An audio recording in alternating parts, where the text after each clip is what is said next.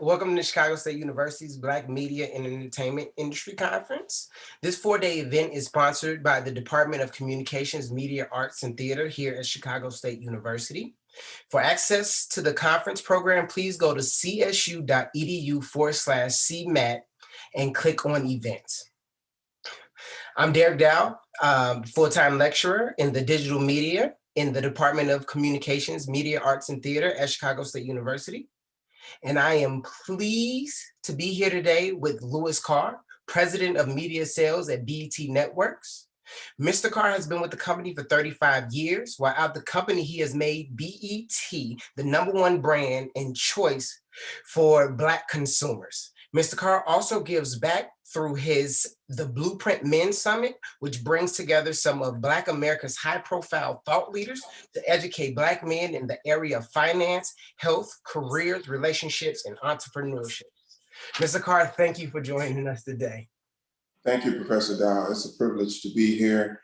So glad I was invited, and huge supporter of Chicago State and all that it's doing for our students and community. So thank you.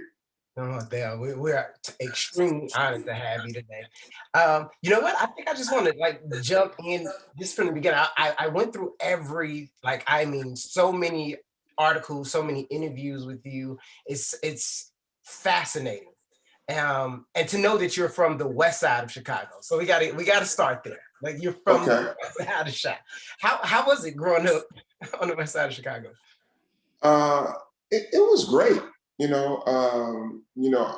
I grew up in the Garfield Park neighborhood, and I was just a young man having fun. I didn't realize that I was poor or had challenges, and probably until I went to college. I probably would have been the guy somebody told me I was poor when I was growing up. I've been ready to fight. Then when I got to college, I realized that I didn't have much and had never had much, but I had everything that I needed. So it was not a real big obstacle to me. And there were not a lot of challenges. Yes, for their gangs, yes, for their drugs, yes, and all of that. But I didn't always assume that that was something for me or something that I should participate in. And because I was focused on academics, I was focused on athletics, it was never sort of that choice that I had to make. You speak a lot about purpose in the interviews. How did you figure out this would be the purpose? Because you do sales and media, and I failed to mention that you've sold billions, not millions, not hundreds, billions in media sales. Like, how did you come into that? How did you figure that out? Well, it was a long journey. It didn't happen overnight, but I think that's what makes it exciting.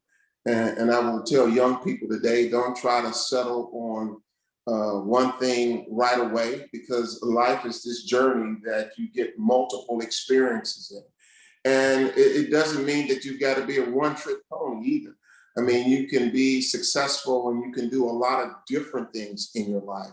So don't get bogged down to, oh, I want to be this, because maybe you want to be that for a season. You may not want to do that 5 years from now or 10 years from now. So, make sure that you're open to do a lot of other things. I ended up here. When I got out of college, I worked in the insurance industry for a number of years. Then I got a call from a friend of mine who asked me if I wanted to work for Johnson Publishing and Ebony Magazine. I said no. He said, well, go on the interview anyway, Louis, just because I told him you would come. So went on the interview, had no idea that I would be interviewing with the iconic John H. Johnson, founder and CEO of Ebony Magazine, Johnson Publishing, Fashion Fair. Had no idea.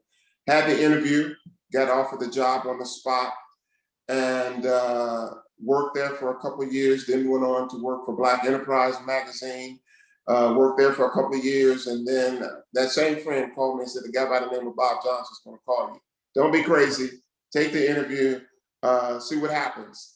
Interviewed with Bob, offered me the job, turned it down. Interviewed again, he offered me the job, I turned it down. He interviewed again for the third time, I'm like, oh, I told him no twice. So let me really sort of put some thought into this, listen to what he had to say.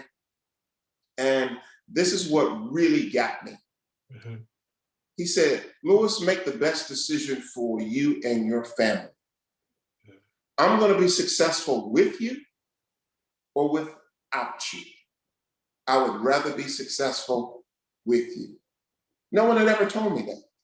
No one ever seemed to have cared that much about my success.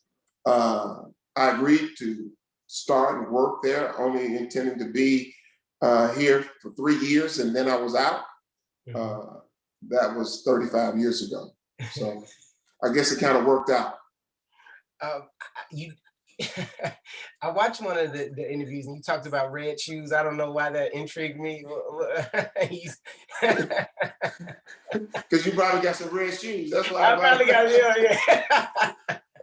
Well, I thought it was an interesting choice to go to a job interview with red shoes. When I interviewed Ebony, I had on some red shoes, and anybody who's old school, I had on some thick and thins, right? You know, them socks that's, you know, thin, and then they had a line running through them. Mm-hmm. And Mr. Johnson told me in the interview, you got the job, but don't ever wear those red shoes again.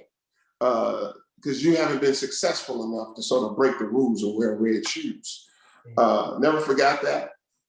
Because what it did for me is saying breaking rules are okay once you have established a level of success. Mm-hmm. You know, everybody heard from Chicago how Michael Jordan didn't ride on the team bus. Sometimes he rode behind the bus in his Ferrari, all right? Because he had established himself as successful. So then you could break the rules. I wear red shoes now. So clearly I've achieved a little success along the way. There we go. I love a quote that you said about learning how to be comfortable. I'm paraphrasing, in being comfortable with being uncomfortable. Being comfortable with uncomfortable. Yeah, I came up with that, Professor Dow, is because a lot of times we don't want to expand our knowledge. We don't want to expand our experience because it makes us uncomfortable. Mm-hmm. And, you know, normally nobody wants to be uncomfortable. But in order to grow, you have to put yourself in situations and environments that make you uncomfortable. That's the stretch part of it. Being in business, going into rooms where you may be the only person of color, being in situations where you may not have the same backgrounds of somebody else or the same experiences of somebody else. In order for people to grow in any parts of your life, you have to experience different things. You have to learn different things. You know, I was in college once upon a time, and, you know, there are a lot of classes you take and you go like, why am I taking this? I'll never use it. Trust me, there will be some situation in life that you will have to use that information that you learn. So really participate, expand your boundaries, be open to learn anything. I mean, knowledge is power. It may not be applicable today, but trust me, somewhere down the line, you'll have to use it. It'll come back to you. You'll remember when you learned that, and it'll be of value to you. That's awesome. You're an author as well. Yes. And I saw at first you were you didn't want to do that. So clearly you're living by your own motto. What made you finally sit down and like knock out 2 books? So let me tell you why I did that. And you'll get a chuckle out of this. Okay. You know, I didn't want to go back and get an MBA. All right. So I thought it would be easier, you know, if you're sort of building this image, this resume. I said, okay, I've been successful. Most people have an MBA, a master's, a PhD, a JD, or something on the internet. I don't want to do that. That's going to take me too much time. So I'll decide and I'll write a book. Because usually people, they think who write a book, oh, you're smart because you wrote a book. That's not necessarily true. So I decided that I was going to take the easier route. Wrong. Writing a book is hard. It's hard physically, mentally, and emotionally if you're writing about yourself. because you're saying things about yourself and about your experiences that you won't be there to explain it to people. All right. So you've got, how do I say this and that people don't interpret it the wrong way? How do I say this and people will really understand that experience that I had? That becomes very, very, very hard.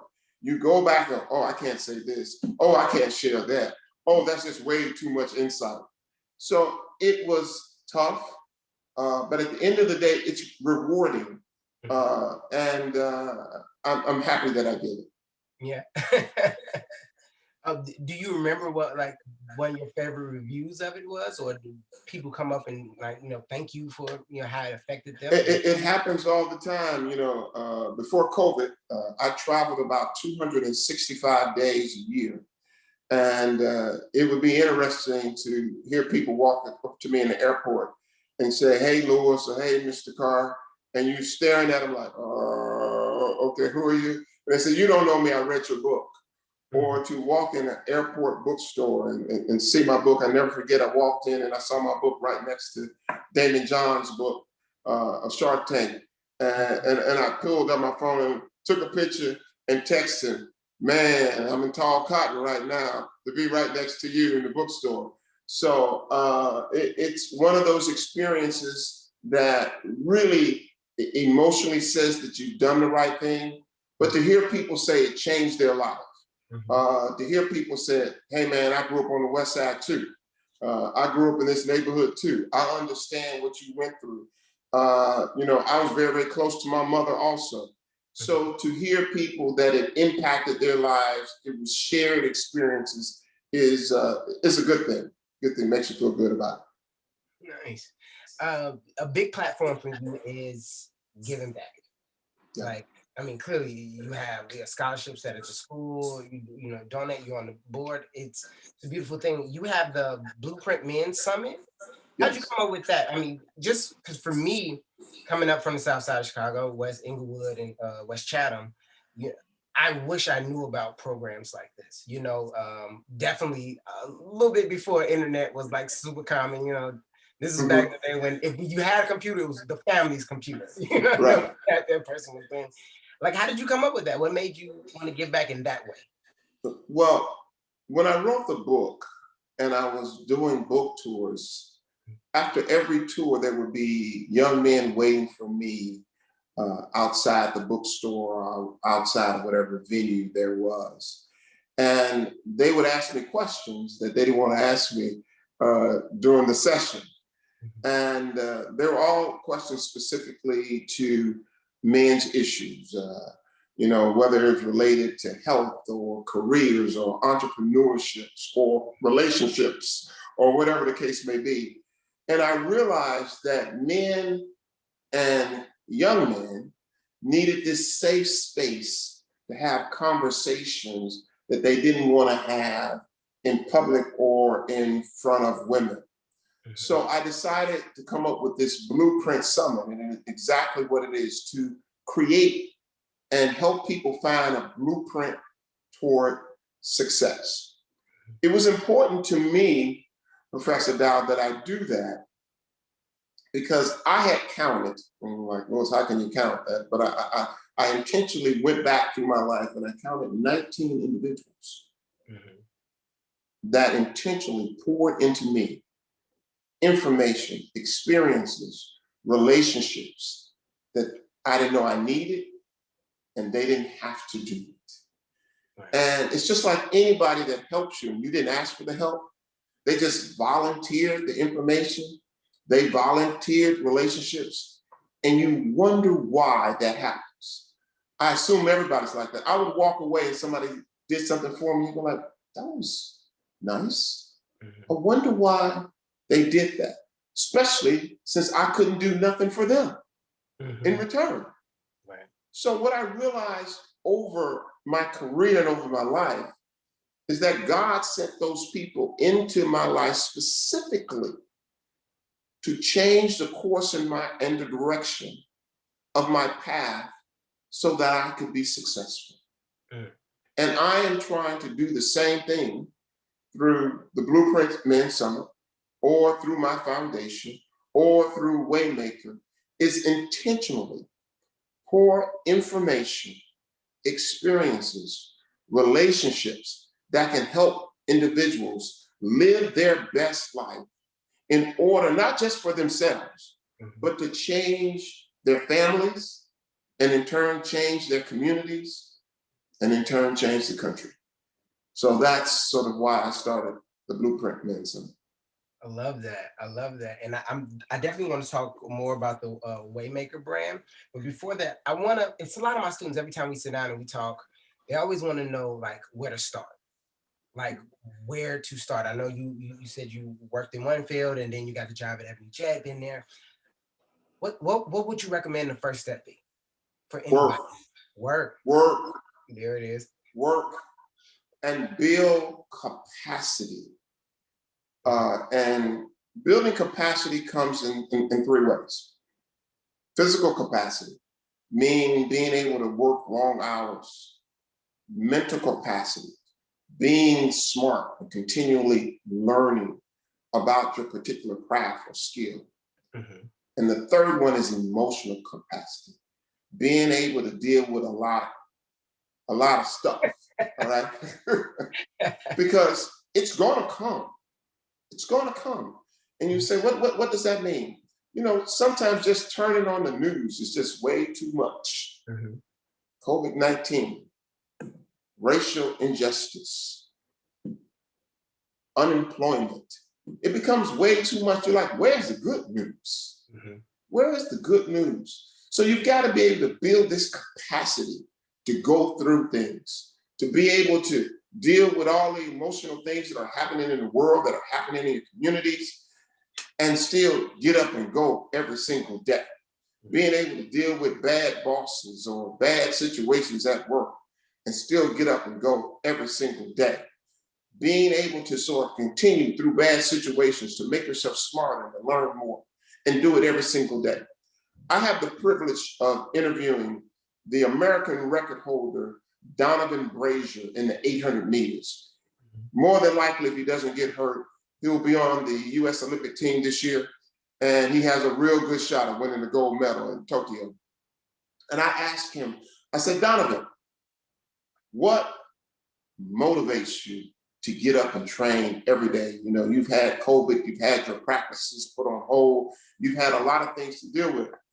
And without hesitation, Professor Don, he said, oh, Mr. Carr, I'm not motivated every day.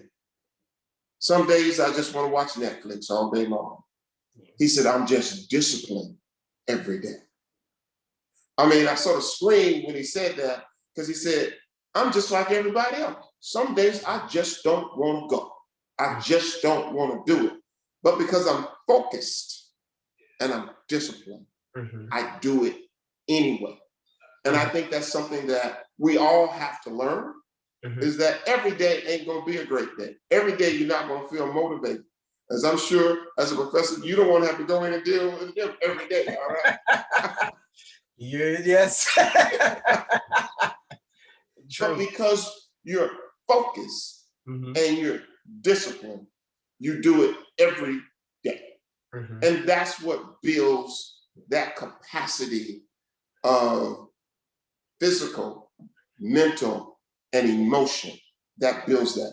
So that's what I want to encourage people. So you got to start every day with the intention of doing the work, understanding that it's not going to be easy. Don't expect it to be easy. And with that sort of insight, intentionally understand that you've got to do it. Now, the other portion of that, you got to have a vision. Right. Just can't be doing it. You got to have a vision. And that's one thing I think that if you don't have it for yourself, I recommend this to people. Find vision makers. That's a term I made up. Vision makers, people who help you develop your vision, people who are able to see something in you that you can't see in yourself and intentionally start to help you develop that. Vision makers. And if you can't find a vision maker, become a Googler. There it is. Become a Googler, all right? I'm one of the best in the world, all right? Mm-hmm. People don't understand, I'm not Googling the Kardashians or I'm not Googling Kanye. I'm Googling how to get better at this, how to get better at that. What's the next best job? What are these type of things? So I'm Googling information that I can personally use to grow and to have more knowledge and to improve my skills. Mm-hmm. So that's where people can start. Yeah. I love that you said that. I said it to my students. I'm like, you don't have to wait. You don't have to wait anymore. I remember having to, like, if I was lucky, find an Encyclopedia Britannica and then hoping to find you. Hope it wasn't out of date by the time it wasn't out of date. Exactly. And now you can just hop right on it and get it. I love that. One of the other professors just piped in and they wanted a question. They said, do you have any advice for our students as to how they might be able to work towards that discipline? Also, thanks for speaking to the vision. They appreciated that. Absolutely. Discipline is not something you just wake up and it's there. Mm-hmm. We all wish that could be happening. It's something that's a journey that you work towards. And what I advise to people, list the top 5 things that you hate doing, but are necessary. What are the things that you hate doing, but are absolutely necessary and must be done? Mm-hmm. Take each of those things and then focus and work hard at making them a routine. Now that seems like, that's pretty easy. I hate cleaning my room. I hate cleaning my apartment. Okay, let's see if you can do it once a week. Mm-hmm. You go from the once a week. Let's see if you can make it clean, keep it clean every single day. Yeah. It sounds like, oh, sure, I can do that. Nah, not so. Everybody can't do that. Getting places on time. Mm-hmm. There's some of us that are inherent just late. Yeah. Even though you be up on time. You look around like, oh man, I'm gonna be late again. You were up 2 hours early. Mm-hmm. And you still are late. Those small things that you focus and intentionally work on will create that particular discipline. And you go from 5 to 6 to 7, and you ain't got to make an announcement. You ain't got to tell anybody. It's just between you. Right. And you say, I'm going to get better at this. I'm going to be everywhere on time. Mm-hmm. Just like, you see, I came in 5 minutes early. Yep. Normally, Professor, I come in like a minute early, all right? But because I knew President Scott may be on here, I'm like, okay, let me be 5 minutes early, all right? I don't want to be in trouble. Right. I love that. Let's move into the Waymaker brand. Because I feel like that. I feel like we on discipline. We talking about that. Let's do that. Oh, okay. Waymaker question, but I'm gonna wait for it. Okay.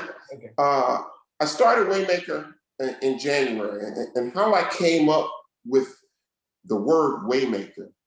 I was listening to a friend of mine's wife, Charles Jenkins, former Pastor Charles Jenkins of Fellowship Baptist Church. His wife, Dr. Tara Jenkins, was giving a sermon, and she was using Jeopardy. It was called Jeopardy. And with Jeopardy, they give you the answer first, and then you have to come up with the question. And she was giving all of these answers. And one of the answers was Waymaker. What is a Waymaker? And the question was, who is Jesus? And I'm like, wow, Waymaker. And I thought about all the things that had been done for me, Professor Dow, all the things that have been done for me that some of them I'm still trying to understand. What were they? They were people making a way for me to be successful. Whether they were introduction, whether they were advice, giving me advice, all the things that people have done for me, they were creating a way intentionally for me to be successful. Mm-hmm. And it came to me like this. That's what I want to do, be a waymaker for people to be successful. Mm. And Waymaker is this umbrella brand that, number one, it's a quarterly journal, the Waymaker Journal at waymakerjournal.com. Mm-hmm. Number two, it is podcasts with me and successful people who talk about their journey and their challenges and how they overcame them to be successful. Number three, there are going to be master classes that I will be teaching, and I will be inviting others in to teach from 12 to 15 minutes long that gives specific instructions on what to do to overcome challenges and be successful. Part of the Waymaker brand is the Blueprint Men's Summit, where we, intentionally discuss careers, entrepreneurship, health and wellness, relationships, finance. And the third element of it is going to be my foundation that provides internships in the summertime to college students who are interested in the communications field. So that's where we are now. We will be adding affiliates to it. So I've been approached by different people who want to be a part of the Waymaker, who offer services to also help grow, give skills to people who are trying to improve themselves, their families, and their communities. I love that. I love that. Professor Miles asked if you wouldn't mind to rehash over the advice of be open to learning anything. Absolutely. Well, first of all, knowledge is power. And what do I really mean about that? The more you know, the more you feel comfortable engaging in just about anything. I have a good friend, and Professor Dow, don't get upset at me. I don't use the word smart loosely. Oh, he's so smart. I know a lot of people, very few of them are smart at everything. Mm-hmm. So I have a friend who's a doctor, and he's smart at everything. Mm-hmm. I mean, I can't do what he does, but he could do what I do, all right? Because he's smart at everything. He's one of those people, you talk to him for about 5 minutes and he goes, so let me see if I understand. And he could rehash it exactly with meaning and understanding exactly the way you said. It's just the most amazing thing. He told me when he was in college, he didn't go to class. He just hung out at the library. He said, because once I got the assignment, I didn't need to go to class because I'm a big reader. So I would just get all the books and I would read it. And then I would just go to class on the day of the test and ace it. But I didn't spend a lot of time in the classroom, dealing with that. I just hung out at the library. So he's one of those sort of geniuses type of guys. The more knowledge you get about anything, it helps you in so many ways. Mm-hmm. It helps your confidence. It helps your communication. It helps the way people perceive you. Because when you're having a conversation and they can go from politics to business to sports, you start to look at them differently, like, who's this person? Right. Who's this young lady? It's just like when women started becoming sports announcers, all right? People were in awe that they could talk about football or baseball or basketball just as well as a guy, because they were informed and they were educated and they came across with confidence and knowledge. So we want to do the same thing in our own personal lives. We want to open up to as much knowledge as we possibly can. That's why reading is so important. I'm sure, based on what you do, Professor Dow, when you meet someone smart, you can click down and say, have you ever read? Have you ever read? Right. Do you read? Right. Because they became that way because they read a lot. Mm-hmm. They consumed a lot of information. That's why this whole growth thing, you cannot grow, period. You cannot grow without knowledge. You need knowledge. That's why I'm so committed to young people being educated, because they can't grow without education, without that knowledge.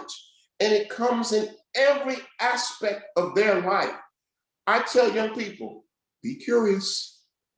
Be curious. the number one thing in life. Look at things and be like that little girl in that commercial. I think it's a banking commercial that always says, "But why? But why?" You know, you look around, you take public transportation, you understand. I remember I would look at skyscrapers and try to understand why they had the crane on the top and really what was the crane doing. It took me a number of years to really understand that, but be curious about everything. Mhm.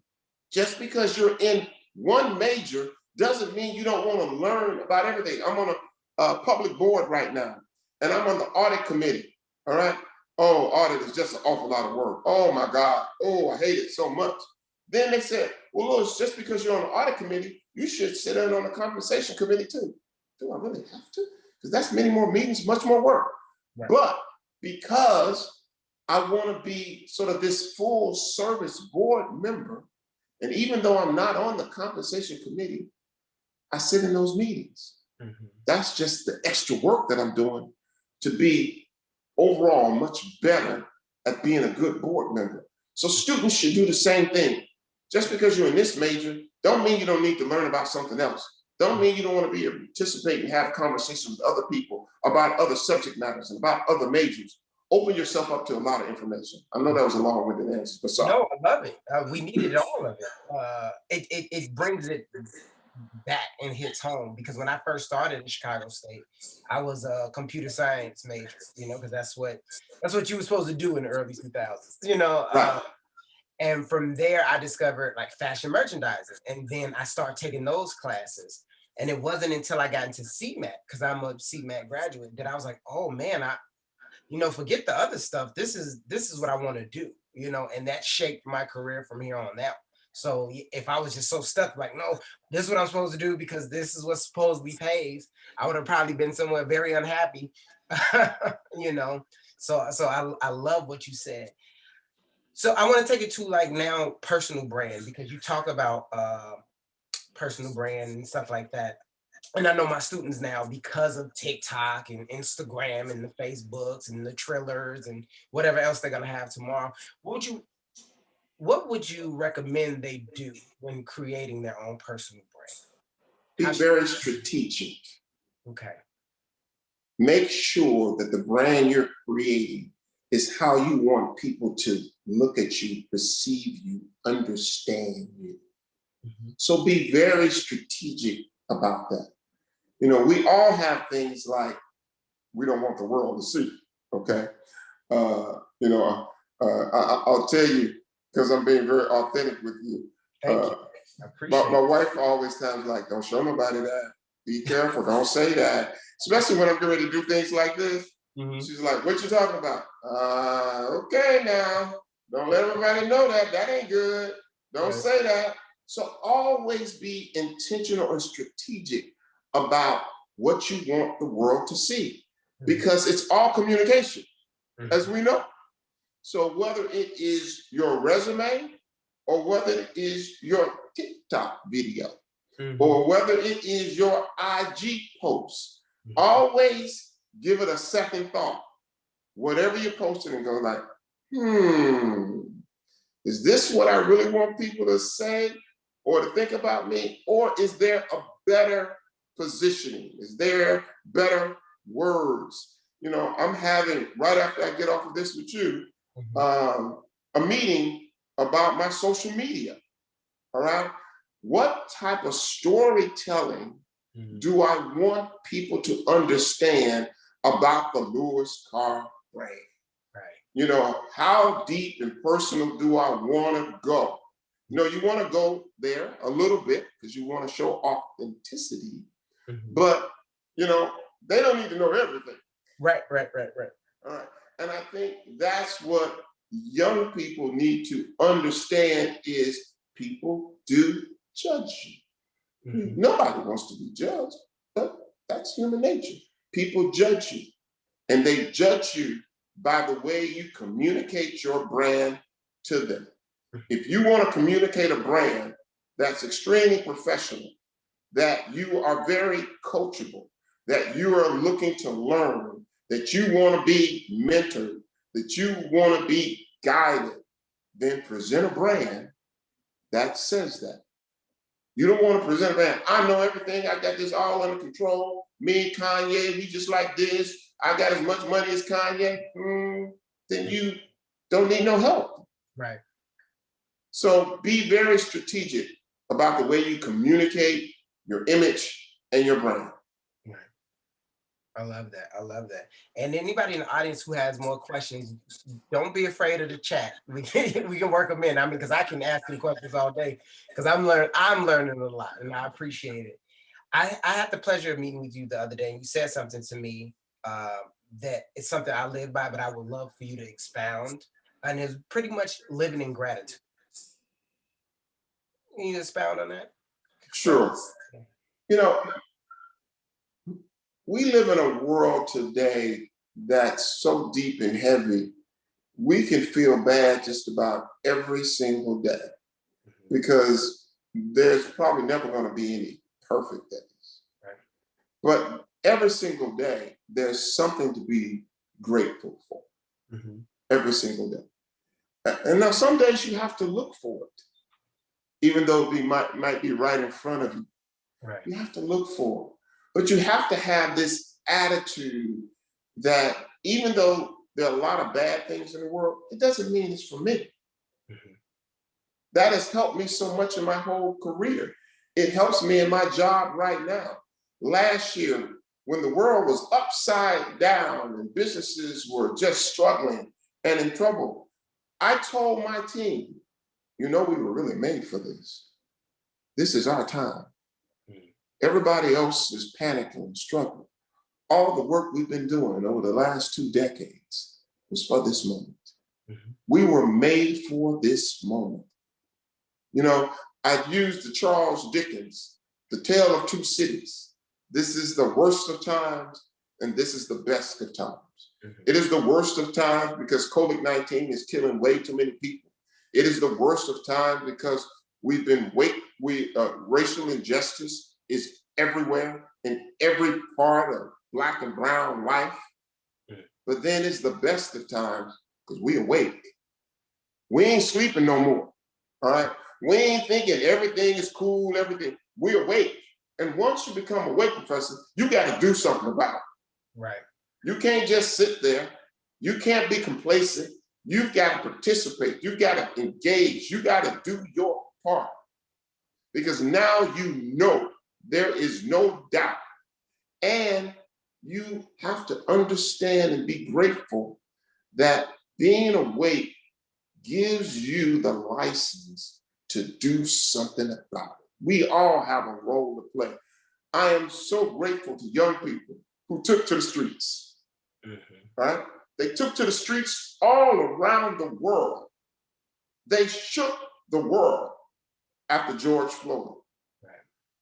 They engaged every single person. There's not a person on the planet that is not aware now of racial inequality, not a person on the planet. And that's because young people took to the streets, young people that are at like Chicago State right now. So we thank you. But it also put pressure on guys like me. You're in the street, I'm in the boardroom. I got to do something. Right. I can't just let you be in the street, give me the baton. So now I can go in the boardroom and wake people up, shake people up, demand that they do things differently, demand that they give jobs to people of color. So wasn't just about police brutality.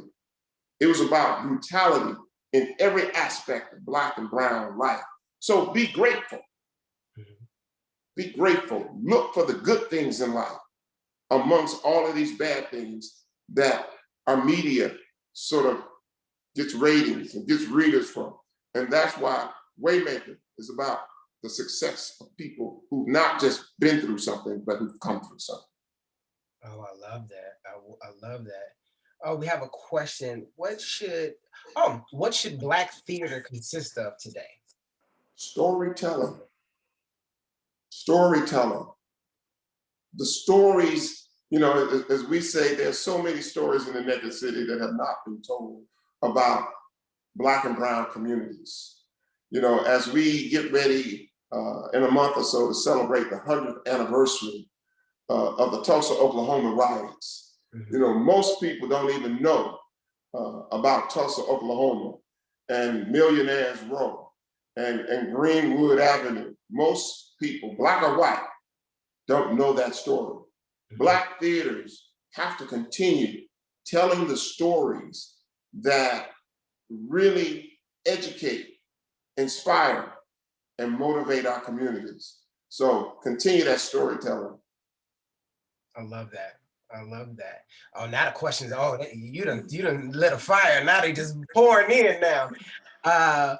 Jamila Hargrove asks, how can we better position ourselves for a position with a company like yours after not being able to do an internship because of COVID?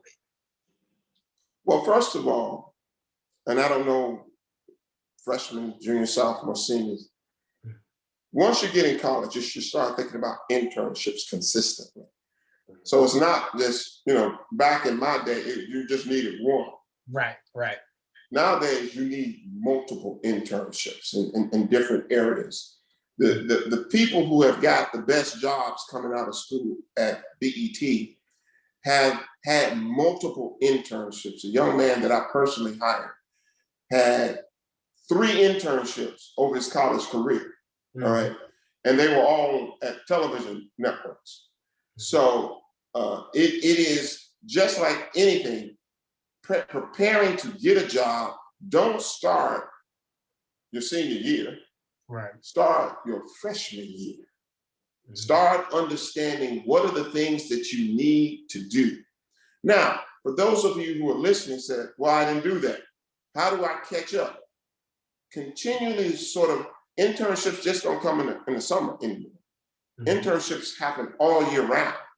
Volunteer places. You know, we all want them to be paid. And that's one of the reasons I started my foundation, because I know Black and brown kids need money.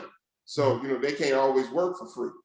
So sometimes if the internship is not paying, you may have to work for free, because it's really not free. You're getting the experience. They're just not giving you currency at that particular time for it. So I would say, get the internships, be coachable, continue to be learning, and also communicate. People don't realize how many young people just wear me out. They wear me out, Professor Dow. They get that doggone email and they're like, I'm gonna get your attention because I'm gonna email you 2-3 times a week. You're gonna respond at some point, because you're gonna say, hey, either I got to respond or get you off of me. Either way, I'm responding. So I love that, because they're focused, they're committed, they're disciplined. They say, I'm going to get your attention. And if I'm not prepared, if I'm deficient, then you're going to tell me what I need to do. I love that. Ken Jackson asks, how do you feel about sequential art, which comics, as a medium for Black artists? Oh, I think all of our arts are very essential in today's world, because at the end of the day, as we clearly now know, the world knows, is that the arts for us have sort of been squashed. You know, that's why Black art in any form right now is so popular. Now, how do I know that? Because I'm married to someone who is a Black art appraiser, which is, I think there are only about 50 in the country right now. She's here in the house on a call with someone who is not African American, because they want to invest to improve the arts, the visual arts for Black people. All right.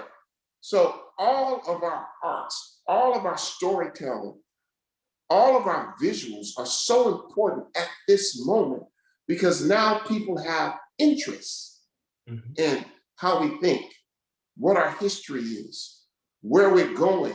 So it's so, so important. So continue down that road. Awesome. And now we have a high school. Are there internships for high school students? I don't know any right now, to be very honest with you. But I'm sure there's some that exist out there. And I'll go back to how I started. Google it. Google it. And let me tell people the key thing with Google. Just because the answer doesn't come up, Google is all about keywords. You might have to rephrase the question, several times before the information pops up. So understand, just because it doesn't come up immediately, I'm one of those people, as we talk, Professor, I may be Googling for like 3 hours straight till I get it, all right? Because I know it's there. It's just how you ask that question, what those keywords are. Love it. Professor Miles asks, how important is radio? Radio is still important. Radio is still part of the mass communication. It is still used on a daily basis, all day long. I think anybody gets in their car, because the formats have changed. We used to get in our car, we wanted to connect our iPhone with our own playlist. But because of the formats and the overall communication, I think whether we're talking about streaming radio or whether we're talking about localized radio, people want information, people want comedy, people want music. There's so many people want sports. There's so many aspects of radio now. Radio's never going away. So, radio went through that stage, the radio gonna die, ain't nobody gonna use it. Clearly they survived. TV's going through that, ABC is not gonna exist, CBS is not gonna exist. It's gonna exist. It's never going away. Trust me. It'll just show up in different formats. Oh man, the professors are coming out with it. Professor Daniels asks, can you address the importance of always being on time?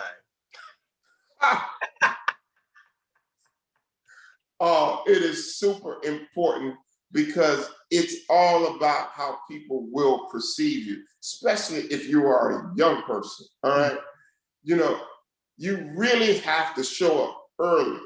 Showing up early when you're young, you don't know how many extra brownie points that gets you. I learned that when I went to Lane Technical High School, all right? I was struggling when I went there. I was one of these kids, Professor Dow. Before Lane Tech, I had never got anything less than an A. I mean, I was like super, super, super student, all right? And I had the arrogance to go along with it.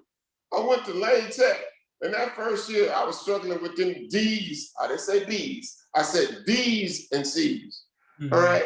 And it was so hurting to my ego, having got nothing but A's. I said, how do I get myself on track?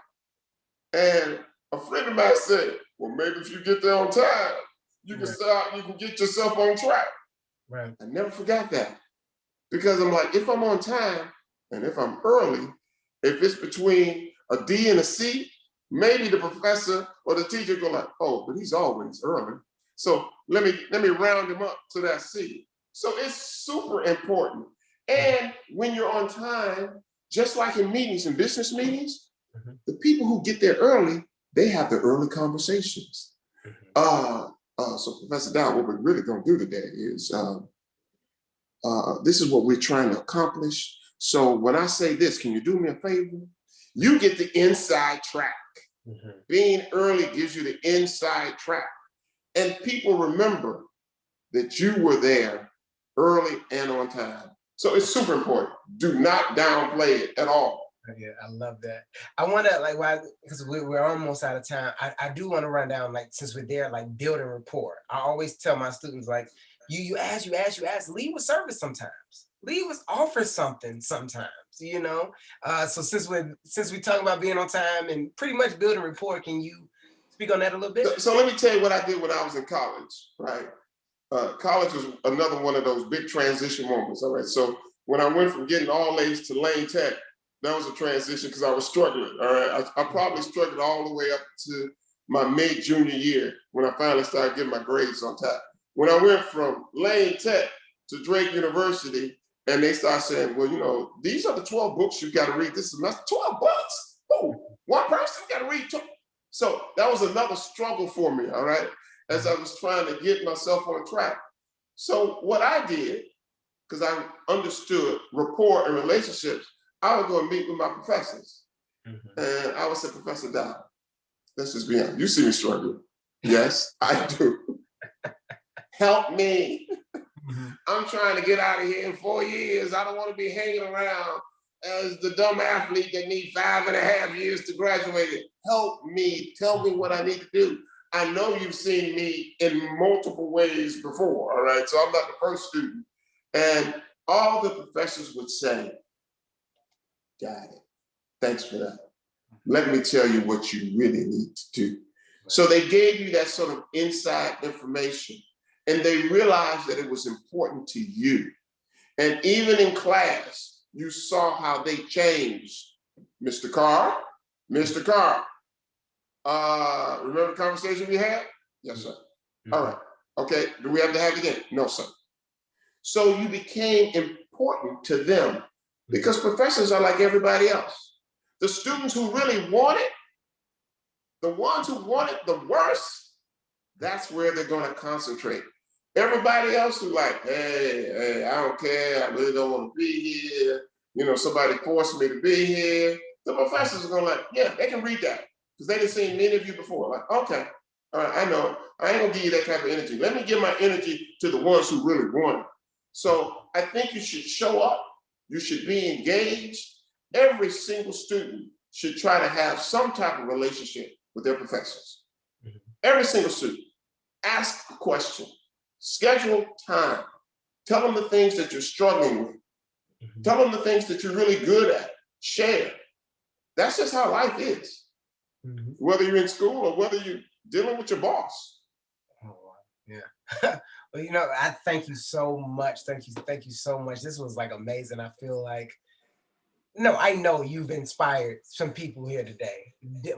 Absolutely, without a doubt. Is there any last words you want to give?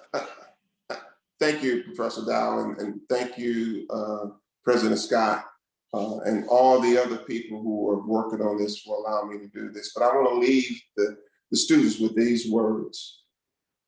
Live up to your inherent greatness. It is within you. Don't worry about letting your parents down. Don't worry about letting Professor Dow down, President Scott down. Don't let yourself down. You are inherently great. Understand your history. Make people proud. You know, that's one of the things that I think I've worked so hard is to sort of make people proud, starting with myself. You know, you can achieve anything. As I told Professor Dow, you want to get me upset? Tell me that I can't do something. Right. Oh, that's not for you. Oh, you don't have that sort of legacy. Oh, you don't have that knowledge. Oh, that's very, very difficult. Oh, so you said I can't do that? You telling me I can't do that? Okay, let's watch. Let's watch. And I dig in super hard, like, I'm going to prove you wrong. How dare you say that I'm not inherently great to achieve anything I want?